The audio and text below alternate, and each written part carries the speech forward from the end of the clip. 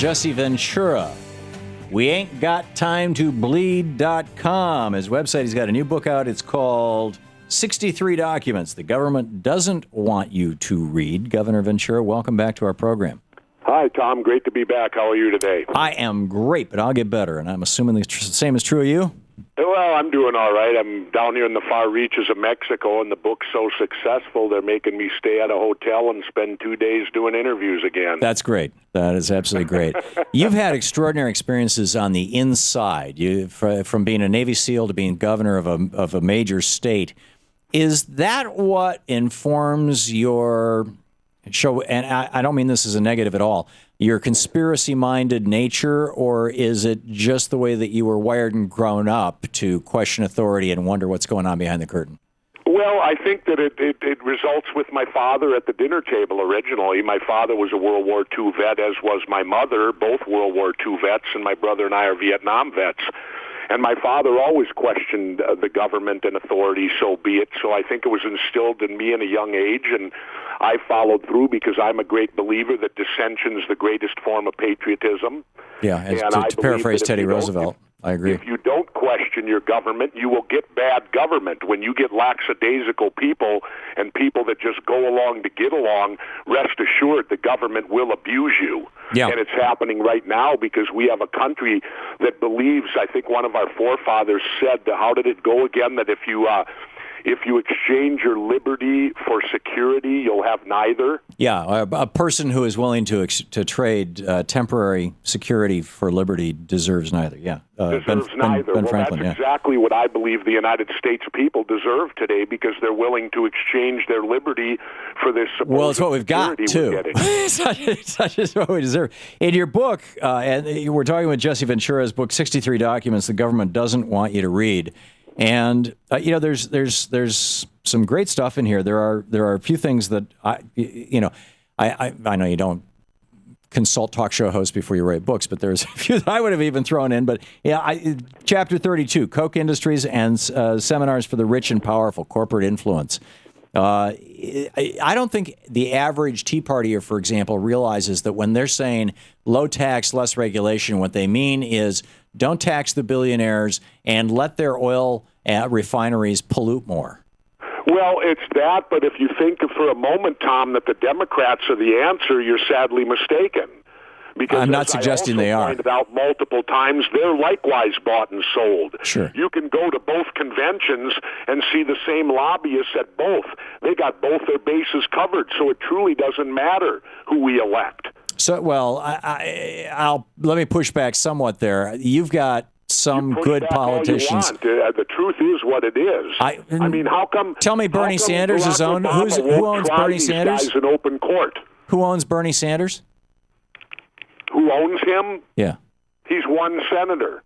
Yeah, that's my point, though. There's a few good elected people in the United States. We need more of them. Oh, we need to change the system to get more of them. I'm not casting a bad blanket over all of them. No. I'm just saying that until we break the stranglehold, as Ralph Nader called it, the two-party dictatorship, we're not going to accomplish much here in this country at all. Or the stranglehood of the corporations and the wealthy over both parties. It's because to a certain extent, the two-party is... parties are bought and sold. It don't matter. No, I'm with you. But the two-party system is built into our Constitution. It's a problem. Here's the let me play a clip for you really quickly. This is Lyndon Johnson.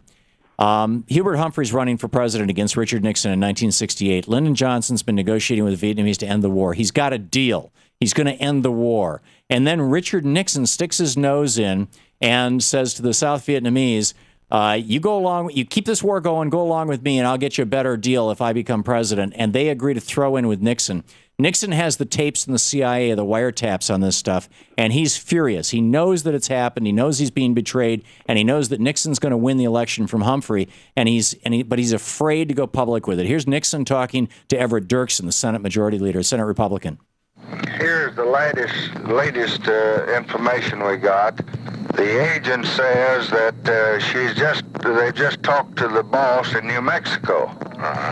And that he says that you must hold out. Just hold on until after the election.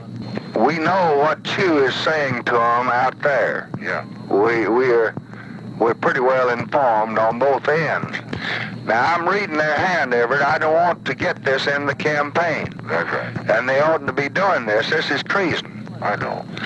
He says to Everett Dirksen, this is treason, and Everett Dirksen says, I know. And that's how Richard Nixon became president. You look at Bush, his number two guy, Bill, what's his name? Bill Casey, negotiating with the Iranians to hold the hostages. That's how he became president. I mean, it's like there's some weird stuff going on in this country. Oh, some very weird stuff. And like I said, that's what the basis of my book is actually finding the documentation from the government itself. Tom, I took a lot of heat when I wrote my previous book, American Conspiracies, because everybody says, oh, he's a conspiracy nut, he's this, he's that. Well, that's the reason we wrote this book. Dick and I came back and we thought, okay, let's do a book that has nothing to do with our opinion. Let's do a book on government documents. We actually started this book 2 months before anything with WikiLeaks even happened. Yeah, and your book is kind of a WikiLeaks in print. And it really quite remarkable. Chapter 45, 9/11 warning. Bin Laden determined to strike in U.S. Bush was told. Now you've got, Rachel Maddow was asking the other day on TV, why is it that all the Bush, kind of leftovers, recycled Bush administration people are suddenly all over TV, especially on the Sunday network shows, talking about how Bush should get more credit, blah-de-blah-de-blah. Bush knew this thing was coming. He might not have known the details of what was happening, but he was certainly warned. Well, absolutely. In fact, they totally didn't even look at any NSA documents at all. If you get into 9/11 and truly start studying it, there are so many unanswered questions. You know what one of my major questions is that I just learned about? Sure. No, I don't. What is it? 1,400 cars were toasted that day. How does two planes hitting buildings and having them collapse toast cars over on the FDR, where cars were exploding into flames? I don't know. I mean, there may well be an explanation for that. It's very much like a microwave oven. Yeah. Something was used that day. Okay. And it certainly wasn't planes into buildings and fires causing collapses. Yeah. Well, that document is not in your book. And, no. But that I just learned down here this winter. Yeah, but the stuff that is in your book is quite well documented. Here's another one. This is chapter 121, chapter 22, Gulf War illness in our veterans. This is something many of your friends suffered through, and you're in my generation suffered through Agent. I did not serve in Vietnam, but it's, those who served in Vietnam, Agent Orange. That's normal. The thing that I like to harp on there is that we always give lip service to our veterans. We hold these things at football games, and we all tell how much we love our veterans and all that, but we truly don't, because when the veterans go out, there is so much damage post the war. After the war is over, where we completely ignore our veterans, when our veterans suffer because of their participation in these wars, and our government knows about it, and they do nothing to help out the veterans once the war is over. Yeah, it's truly tragic. The Daily Take I did last night on our TV show was about how walking into the radio show here yesterday morning, a guy stopped me and said, can I shine your shoes? And I was wearing a nice pair of shoes that were pretty scuffed up, and so I said, sure. And we started talking, and the guy's a Marine or an ex-Marine, and he's got a bullet hole through his chin. Tom, when you walk by those homeless people out there that are begging for money and they look all destitute, and you walk to the other side of the street, good chunk of them are veterans. Just remember, 1 out of 3 are. Wow. One out of 3 is a homeless veteran. Yeah, and that was my op-ed last night is, no Marine should have to shine my shoes, for a living. We treat our veterans like crap in this country, and it's terrible. Jesse Ventura, New York Times best-selling author, his new book, 63 Documents the Government Doesn't Want You to Read. We ain't got time to bleed.com, the website. Thank you, Governor. Thank you, Tom. Always a pleasure.